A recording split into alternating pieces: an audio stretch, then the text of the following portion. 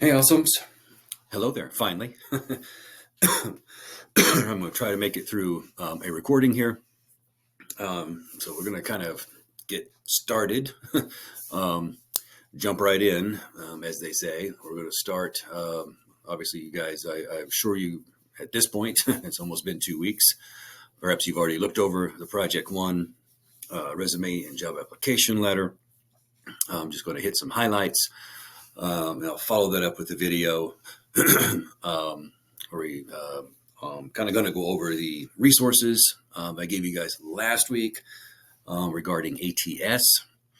And we'll talk a little bit about that and how that applies to how we think about resumes, more specifically resumes and the job application letter. It's kind of a different beast, but we'll think about some of the same ideas and concepts, especially when it comes to keywords that we want to make sure that we highlight for those. So for this project, it's kind of it's a resume and the job application letter, but there are three things that we want to make sure that we include.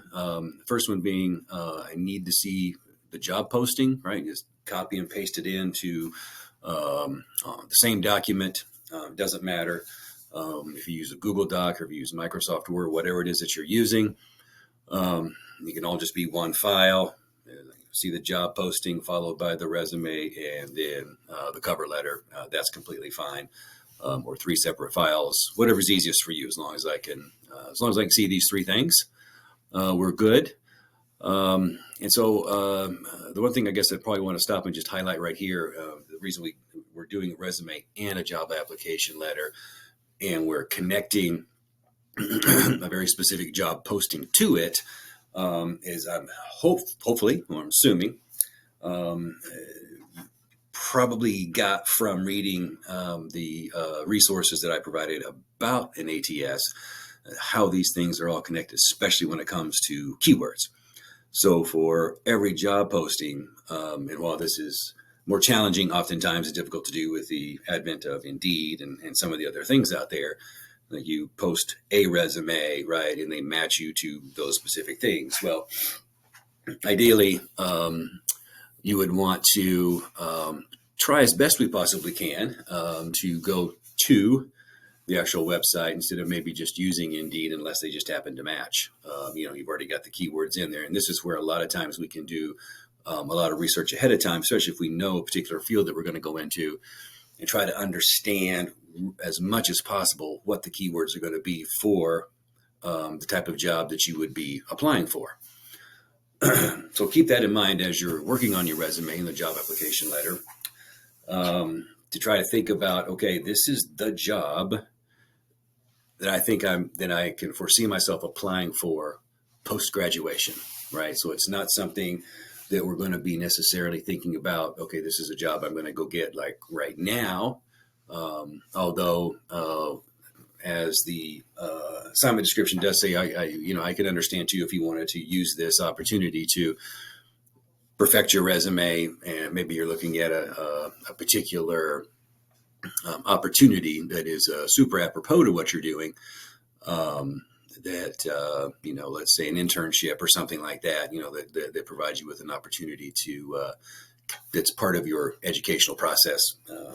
That would be different. But if we can find that job, right, that we were going to apply for post-graduation, with your degree, this is what I'm thinking about using it for, how I'm going to kind of position myself, or I'm getting this degree because I want to do X. Let's try to think about it in those terms. So in thinking about it in those terms, right, you're going to be forecasting perhaps a year or two down the road. So two things, you may have to, quote unquote, make up some stuff. But the other part of that is it also gives you an idea of some things that you may want to make sure that you get a chance to do, right? So if you find that in your field or wherever that you're heading or wherever that you're going, you may find that, they really are looking for this, right? I'll have some things in the degree, but then they also want to see some other things, right? So that may be something you to think about and go, maybe I do need to think about some internships, or I do need to think about some,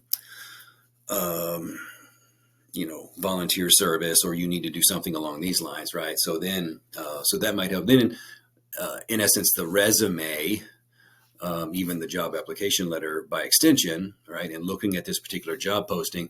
And also then those things kind of provide you with a roadmap of some things that you might want to say, okay, I've still got a couple of things to do. It's not just the degree. They are also wanting to see someone with experience in X, Y, or Z or whatever. Okay.